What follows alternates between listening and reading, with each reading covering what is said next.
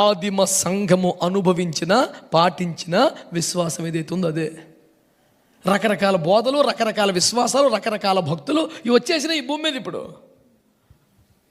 మనకేంటంటే లేటెస్ట్గా కొత్తది ఏదైనా కావాలి.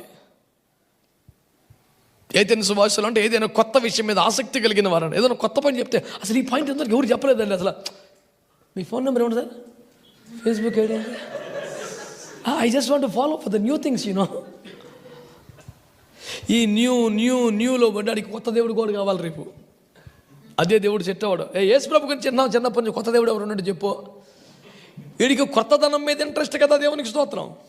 ఈ దేవుడు కూడా బోరు కొడతాడు రేపొద్దున వీడికి.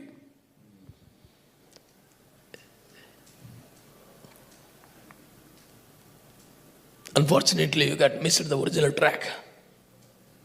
Going somewhere, you will be missing the eternal destiny.